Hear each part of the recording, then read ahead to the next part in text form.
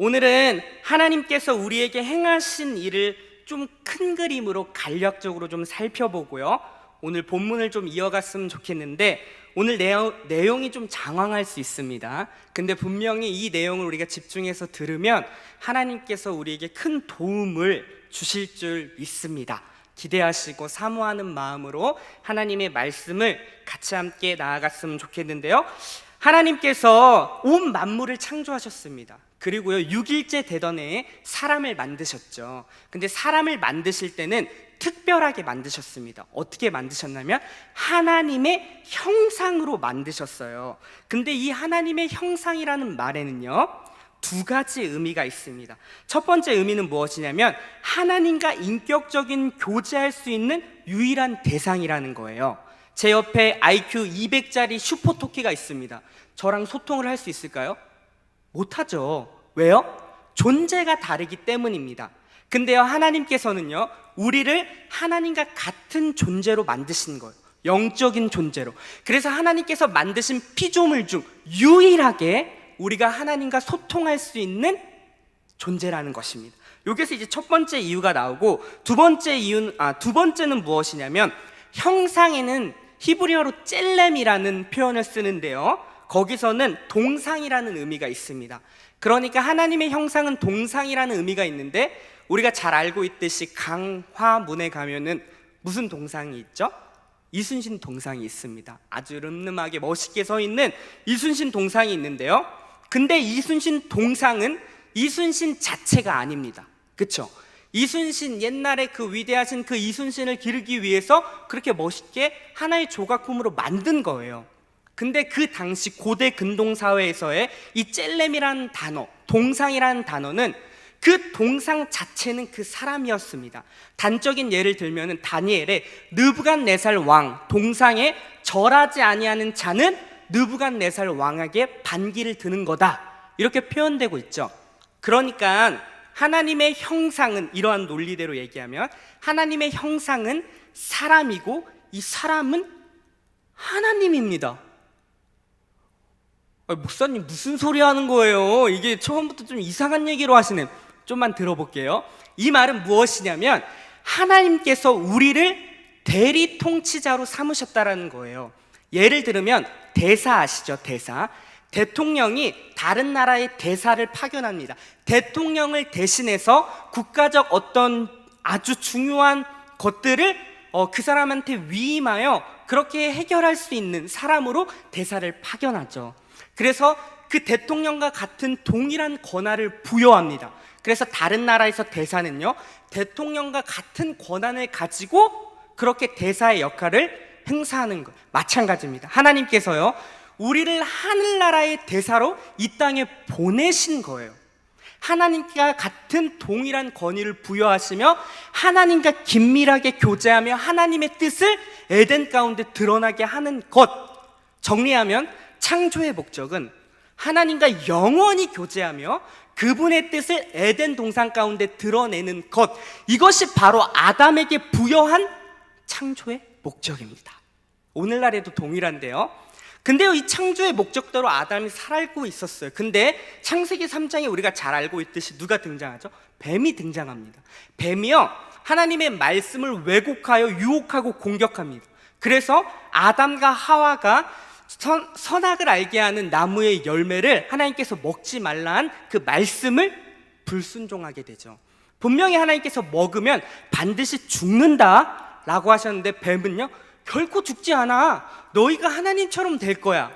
그 유혹 앞에 하와가 무너졌고, 하와는 아담에게 주어 아담도 불순종하게 되었다라는 것입니다. 그때부터 뭐가 들어오냐면 이 세상에는요, 죄라는 세력이 들어옵니다.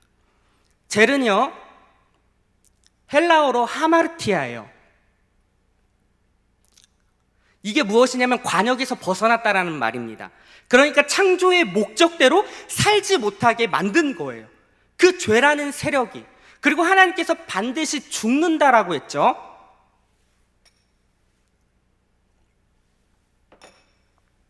입이 마르네요. 하나님께서 반드시 죽는다라고 했는데 그 죄로 말미암아 세 가지 죽음이 찾아옵니다. 첫 번째, 육체적 죽음. 두 번째, 영적인 죽음. 세 번째, 영원한 죽음. 육체적인 죽음은 우리가 나이가 많이 들어서 죽는 것, 그리고 병이 들어서 죽는 거, 우리가 잘 알고 있는 죽음이에요. 두 번째 죽음, 영적인 죽음은 뭐냐면 하나님과의 관계가 단절된 상태의 인간을 우리는 영적으로 죽었다라고 표현합니다. 그리고요, 영적인 죽음인 사람이 육체적인 죽음을 맞이할 때 우리는 영원한 죽음을 맞이합니다. 영원한 죽음은 지옥이에요. 근데 안타깝게요, 모든 인류는 태어날 때부터 하나님과의 관계가 단절된 죄인으로 태어난다는 거예요. 저는 죄를 안 지었는데요? 죄를 지어서 죄인이 아닙니다.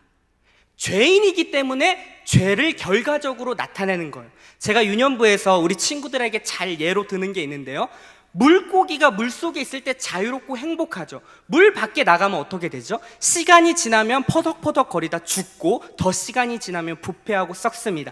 하나님을 떠난 인생은요, 시간이 지나면 자연스럽게 부패하고 썩는 거예요. 마치 물에서 떠난 물고기처럼. 근데요, 우리는 태어날 때부터 다 하나님과의 관계가 단절된 상태에서 태어나게 됩니다. 로마서 5장 12절에 보니까 이렇게 이야기하는데, 그러므로 한 사람으로 말미암아 죄가 세상에 들어오고 죄로 말미암아 사망이 들어왔나니, 영적인 죽음이 들어왔니 이와 같이 모든 사람이 죄를 지었으므로 사망이 왔으므로 죄를 짓게 되는 거고, 사망이 모든 사람에게 이른 거예요. 한 사람 누구죠? 아담 때문에. 인정하기 싫겠지만 하나님께서 그렇게 정하셨습니다. 아담과 우리 예수님을 인류의 대표로 그렇게 부르셨어요. 그래서 아담의 죄로 말미암아, 불순종으로 말미암아 태어날 때부터 우리는 하나님과의 관계가 단절된, 영적으로 죽은 상태에서 태어나게 됩니다. 저도요, 우리 성도님들도, 우리 모두가요. 그래서 우리는 하나님의 창조의 목적대로 살지 못하고 엉뚱한 방향, 인생 한번 사는 거 멋있게 살아야지, 부어라 마셔라, 돈이 최고야, 창조의 목적대로 살지 못하게 그냥 자기가 자신의 삶의 주인이 되고 왕이 되어 그렇게 왜곡된 인생을 살게 되었다라는 것입니다. 그런데요, 하나님께서 우리에게 살 길을 만들어 놓으셨어요. 뭐냐면 창세기 3장 15절에 나오는 원복음, 뭐죠? 여자의 후손입니다. 여자의 후손으로 말미암아 사단, 너의 그 머리를 깨부시겠다 하나님께서 말씀하셨고, 그 원복음은 구약 내내에 걸쳐서 점진적으로 확대 계시됩니다. 예수님에 대해서 나타낸다라는 거예요. 그리고 신약에 와서는 그 예수님께서 실제적으로 태어나시죠, 여자의 후손으로. 그리고 예수님께서 십자가의 죽으심과 부활하심으로 말미암아 영원한 죽음, 지옥으로 갈 수밖에 없었던 우리에게 살 길을 만들어 놓으셨다라는 것입니다. 이것은 이미 과거에 일어난 사건이에요. 역사적인 사건, 성경이 증언하고 있는 바입니다. 그리고 우리는요, 언제 태어났죠? 이것이 다 이루어진 다음 태어났어요. 근데 우리도 아까도 얘기했듯이 똑같이 태어났다고 했잖아요. 죄인으로요. 근데 하나님의 은혜로 말미암아 어느 시점에 우리는 구원이라는 것을 받게 됩니다. 하나님의 은혜로 말미암아요. 하나님께서 하나님에 대해서 우리 가운데 나타내시고 계시하셔서, 하나님의 존재가 있구나, 하나님께서 나에게 이러한 일들을 버려놓으셨고 나에게 살 길을 만들어 놓으셨구나 라는 것을 비로소 우리의 인생 어떠한 한 부분에서 알게 되죠. 그래서 하나님의 은혜로 우리는 구원을 받게 됩니다.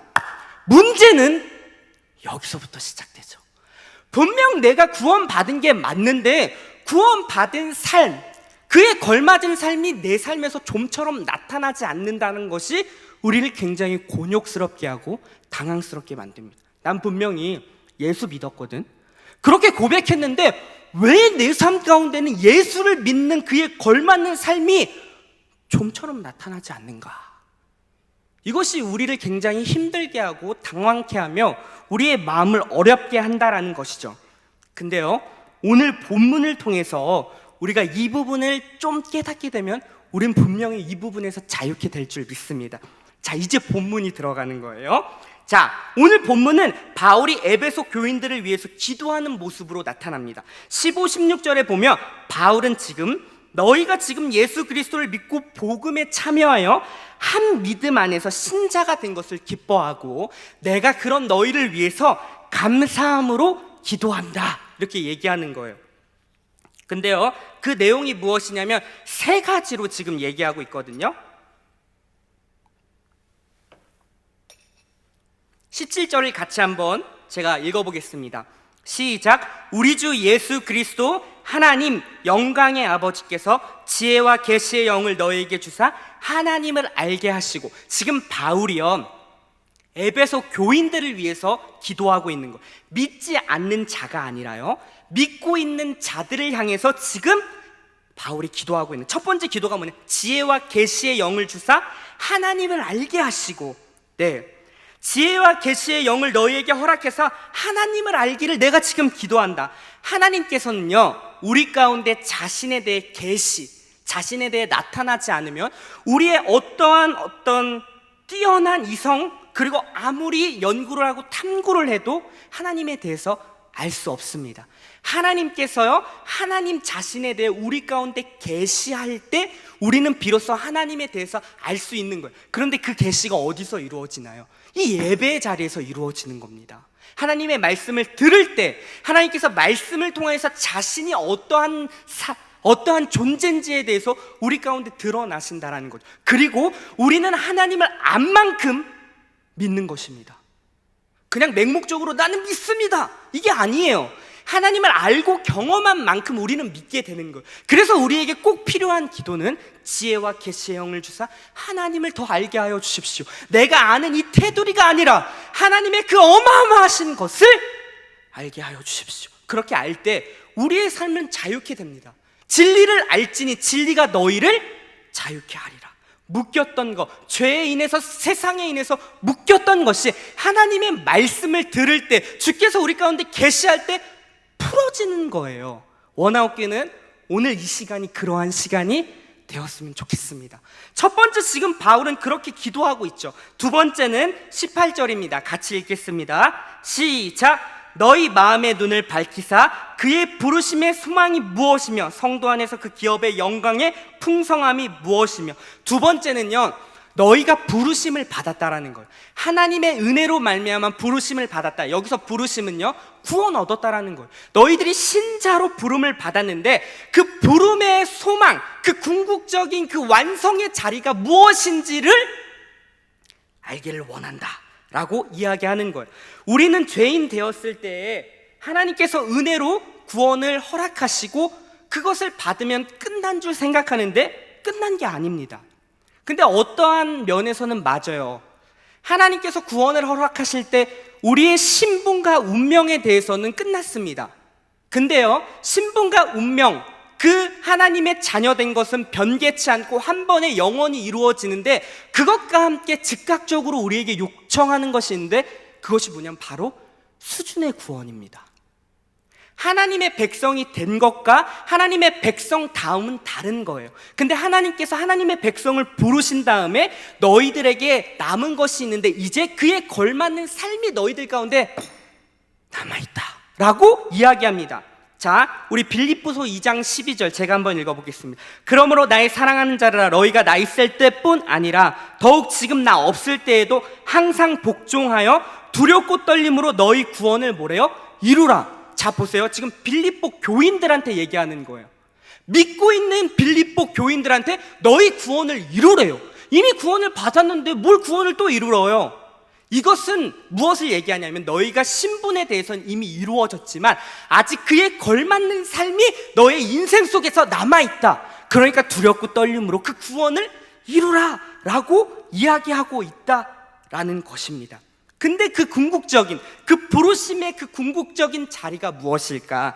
에베소서 1장 4절에 보니까 이렇게 이야기합니다. 제가 읽어볼게요. 곧 창세전에 그리스도 안에서 우리를 택하사 우리로 사랑 안에서 그 앞에 거룩하고 흠이 없게 하시려고, 거룩하고 흠이 없는 그 존재로 우리를 만드시게 돼요. 부르심의 궁극적인 완성의 자리입니다. 자, 에베소서 4장 13절입니다. 우리가 다 하나님의 아들을 믿는 것과 아는 일에 하나가 되어 온전한 사람을 이루어 그리스도의 장성한 분량이 충만한 데까지 이르리니.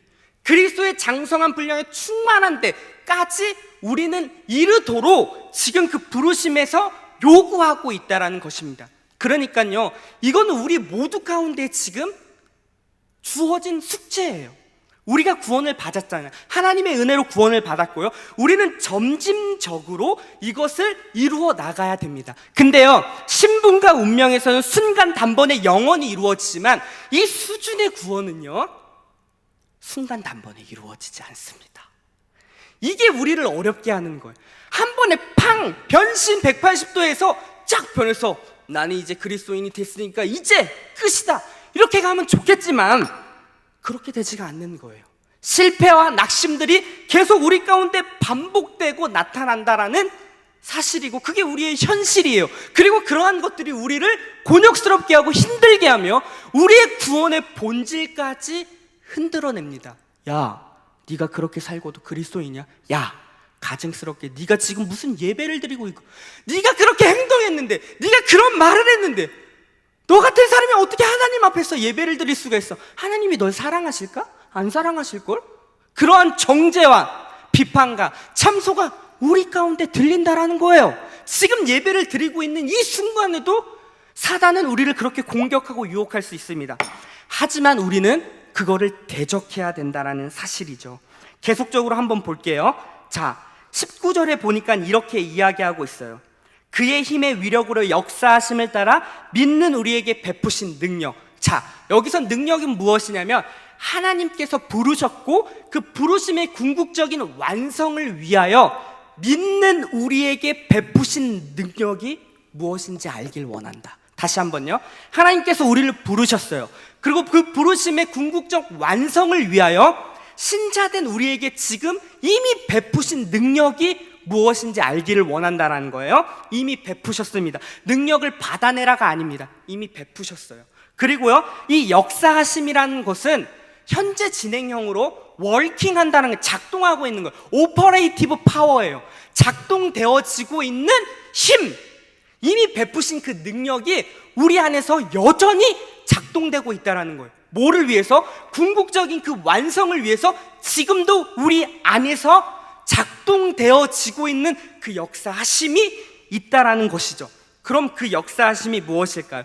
20절, 22절에 나오는데요. 제가 읽어보겠습니다. 그의 능력이 그리스도 안에서 역사하사 죽은 자들 가운데서 다시 살리시고 하늘에서 자기 오른편에 앉히사 모든 통치와 권세와 능력과 주권과 이 세상뿐 아니라 오는 세상에 일컫는 모든 이름 위에 뛰어나게 하시고 또 만물을 그의 발 아래 복종하게 하시고 그를 만물 위의 교회의 머리로 삼으셨으니. 지금 너희에게 작동되어지고 있는 그 능력은 무엇이냐면 만물 위의 교회의 머리로 삼으신 바로 예수 그리스도다 라는 것을 지금 이야기하고 있는 것입니다. 우리에게 베풀어지고 있는 능력이 뭐라고요?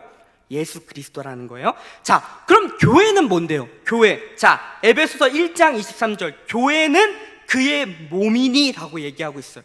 교회는 그의 몸이, 예수 그리스도의 몸이라는 거예요. 교회는 누구죠? 우리예요. 다시 말하면 교회는 신자라고 바꿔도 됩니다. 왜냐하면 교회는 에클레시아, 밖으로부터 부름받은 사람들의 공동체예요. 누구요? 우리요.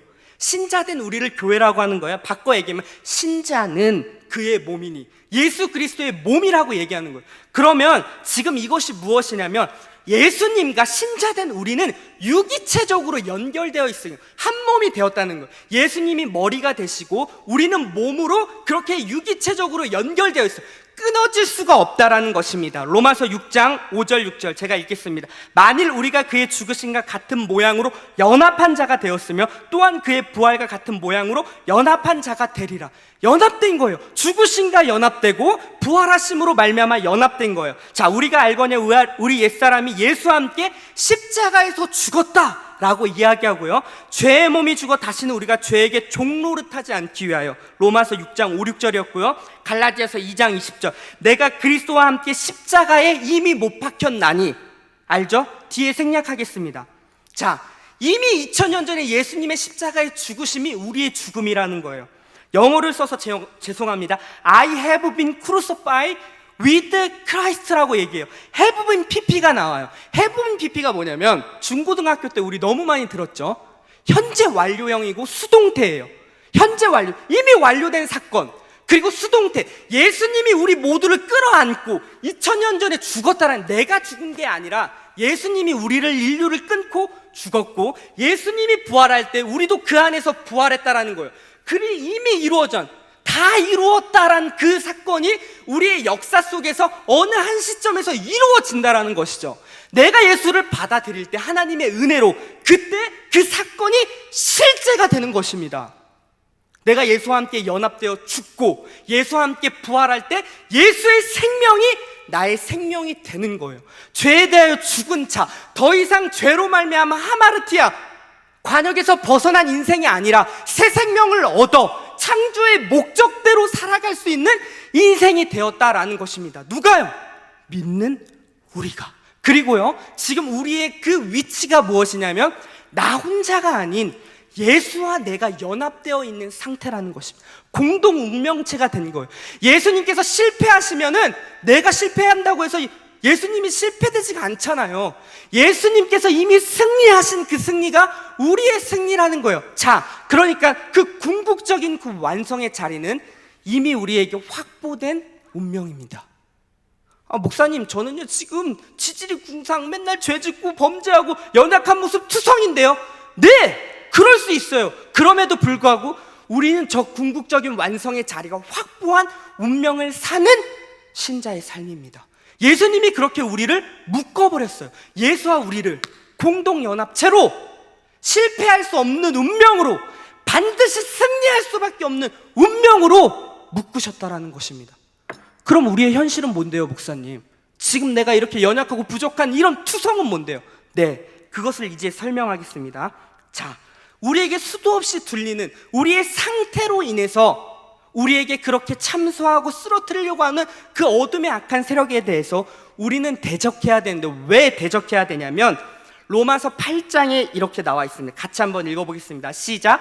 그러므로 이제 그리스도 예수 안에 있는 자에게는 결코 정죄함이 없나니 이는 그리스도 예수 안에 있는 생명의 성령의 법이 죄와 사망의 법에서 너를 해방하였습니다. 우리가 주일 예배 때 수도 없이 들었던 말씀이죠. 법 아래 있지 않고 은혜 아래 있기 때문에 우리는 죄의 세력 아래 있지 않습니다.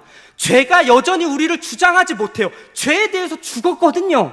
근데 여전히 우리는 계속적으로 우리의 상태 때문에 네가 그렇게 사는데 하나님이 널 사랑하실 것 같아? 야, 네가 어떻게 예배를 드리고 있어? 그렇게 참소하고 유혹하는데 대적하십시오.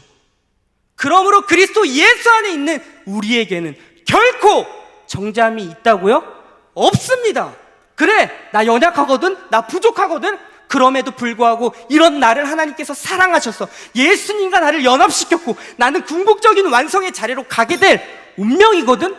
그렇게 대적하십시오. 하나님의 말씀에 근거해서 대적하십시오. 나의 상태를 보고 내 연약함을 보고 내 구원의 본질까지 흔들려 하지 마시고 대적하십시오.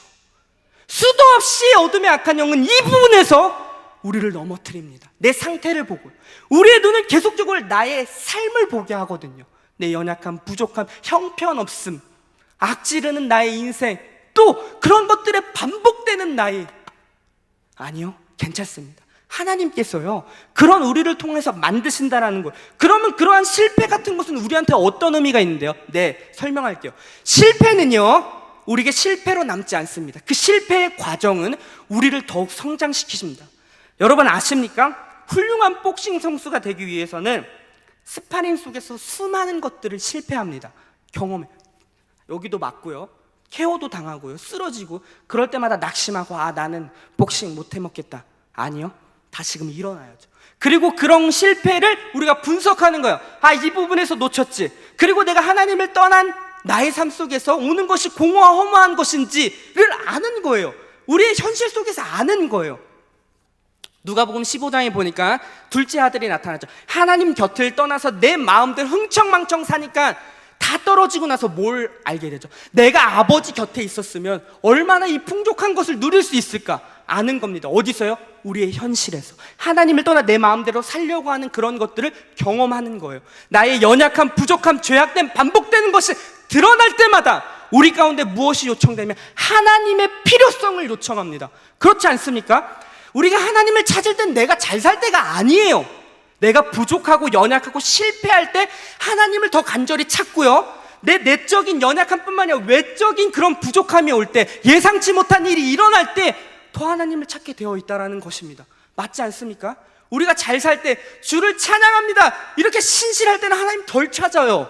근데 내가 부족하고 연약하고 죄악 때문에 쓰러지고 외적인 그러한 많은 것들이 일어날 때 우리는 더 간절히 하나님께 나올 수밖에 없고 우리의 마음은 가난해집니다. 그리고 그러한 것들이요, 우리를 키우는 거예요. 우리를 경험시키는 거예요. 아, 하나님 떠나서는 이렇게 공허한 뿐이 없는 거구나. 하나씩 하나씩 알아가며 점진적으로 그렇게 하나님의 완성의 자리로 우리는 가게 되어 있습니다. 그리고 지금 여러분도 그 완성을 향하여 단계를 밟고 있다는 사실입니다. 여러분이 여전히 부족하고 연약할 수 있지만, 나약할 수 있지만 지금 우리 안에서 워킹되고 있는, 작동되고 있는 그 예수 그리스도께서 우리를 끌고 가시고 계신다라는 사실이죠. 이것이 지금 우리의 위치입니다. 주께서 우리 가운데 행하신 놀라운 일이라는 거예요. 자, 23절 우리 빨리 진행해 보겠습니다. 자, 제가 한번 더 읽어볼게요. 교회는 그의 몸이니 만물 안에서 만물을 충만하게 하시는 이의 충만함이라. 자, 교회는 그의 몸이니를 생략해 보세요. 교회는 그럼 만물 안에서 만물을 충만하게 하시는 이게 누구죠? 예수님이에요. 만물을 충만하게 하시는 이의 충만함. 그러니까 정리하면은 교회는 만물 안에서 만물을 충만하게 하시는 그러니까 교회는 예수의 충만함이다, 이렇게 되는 거예요. 아, 무슨 말이에요? 좀 쉽게 좀 설명해 주세요. 교회는 예수님의 충만함이 무엇이냐면 예수 그리스도의 그 머리 대신 충만함이 몸인 우리 가운데 흘러나와 우리의 구체적인 일상 속에서 그것이 드러나는 것입니다. 자, 포도나무의 그 뿌리로부터 올라오는 그 진액이 가지에 우리에게 흘러 구체적인 현실 속에서 열매를 맺게 하는 것, 이것이 그 충만함이에요. 예수님께서 그렇게 혼자 자기가 충만하여 이 만물을 충만케 하겠다라고 하지 않고요, 교회인 우리를 통해서 그 일을 행하시겠다라는 사실입니다. 창조의 목적대로 하나님의 뜻을 곳곳에 이루는 삶, 누구를 통해서요? 신약에 와서 신자인 교회인 우리를 통해서 그 일을 하겠다라는 것입니다. 주께서 구체적인 우리의 현실 속에서요, 가정에서, 현장에서, 캠퍼스에서, 여러분이 있는 곳곳에서 그렇게 예수 그리스도 충만함을 드러내기를 원하신다라고요.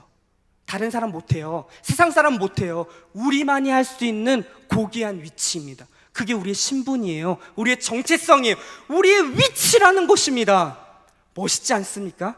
멋있게 살아야죠. 한 번 사는 인생 부어라 마셔라, 이런 멋짐 말고요, 이 멋짐, 예수님과 나 연합되어 있는 존재로 예수님의 충만함을 이 땅 가운데 드러나고 창조의 목적대로 살아내며 그 하나님의 나라를 구현하는 것. 와우, 너무 멋있지 않습니까? 그게 주께서 우리를 부르신 인생이에요. 여러분이 지금 살고 있는 매일 반복되는 그 일상 속에서 하나님께서 그것을 구현해내기를 원하십니다. 지긋지긋할 수 있어요. 힘들어요. 매일 반복되는 그 사람 보고 그런데 그 속에서 하나님의 충만함, 그 예수 그리스도 충만함, 인격을 드러내고 성품을 드러내고 하나님의 뜻을 드러내고 하나님의 원하신 삶을 나타내고, 그래서 하나님의 다스림이 곳곳에서 나타내기를 주께서 신자된 우리에게 요구하고 있다라는 것입니다. 그리고 그렇게 우리는 살 수밖에 없다라는 거예요. 그런 운명으로 우리는 가고 있다라는 것입니다. 이것이 우리의 정체성이요, 우리의 지금 위치라는 것이죠. 자, 히브리서 12장 2절 제가 볼게요. 믿음의 주요 또 온전케 하신 이인 예수를 바라보자. 온전하게 하시는 이가 누구죠? 예수예요. 내가 아니에요.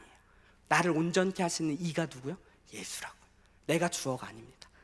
빌립보서 1장 6절 너희 안에 착한 일을 시작하신 이가 누구예요? 내가 아니에요. 주님이. 그 주님이 그리스도의 예수의 날까지 이루실 줄 뭐래요? 우리는 확신하노라. 우리는 그 운명을 살아가는 멋진 사람들입니다. 그러니 여러분에게 주어진 삶의 현장을 넉넉하게 하나님의 은혜로 살아내시길 바랍니다. 그런 더 사랑의 성도님들이 다 되시기를 주의 이름으로 축원합니다. 우리 같이 찬양하겠습니다. 주만 바라볼지라 같이 찬양하고 기도의 자리로 나아가도록 하겠습니다.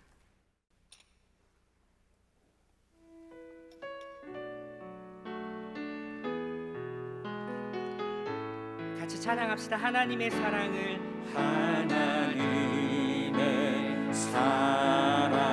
사모하는 자, 하나님의 평안을 바라보는 너의 모든 것 창조하신 우리 주님이 너를 얼마나 사랑하시는지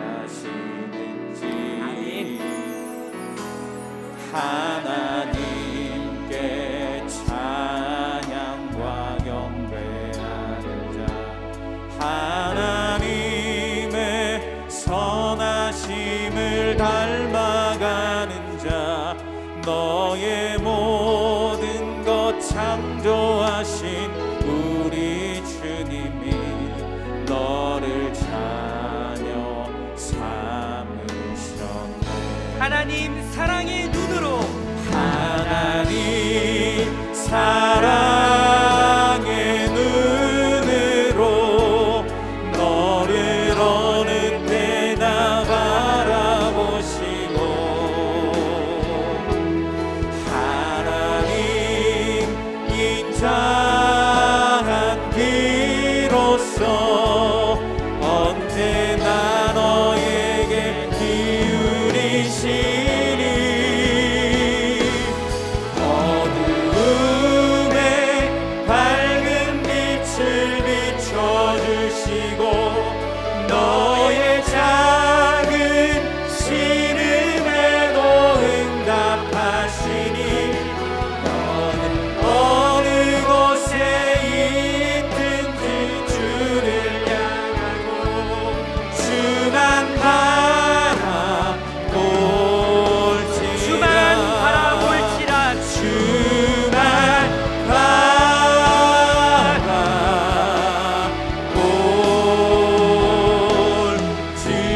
바라볼지라. 아멘. 우리 같이 한번 기도하겠습니다. 먼저는 지혜와 계시의 영을 주사 하나님을 더욱 알게 하소서. 우리에게 행하신 놀라운 일을 우리가 더욱 알게 하셔서 우리의 믿음이 더욱 자라나게 하여 주시옵소서. 이번 부르심의 궁극적인 목적을 알게 하시고 믿는 우리에게 지금 베풀어 주신 하나님의 능력인 그 예수님을 더욱 바라보며 나아갈 수 있도록 인도하여 주시옵소서. 세 번째, 예수님의 몸된 교회인 우리가 구체적인 우리의 현실에서 예수님의 충만함을 드러내는 그렇게 창조의 목적대로 살아낼 수 있는 우리 모두가 되게 하여 주시옵소서. 주님 우리를 이끌어 주시옵소서. 우리 주님 한번 부르고 이 시간 함께 기도하며 나아가겠습니다. 주여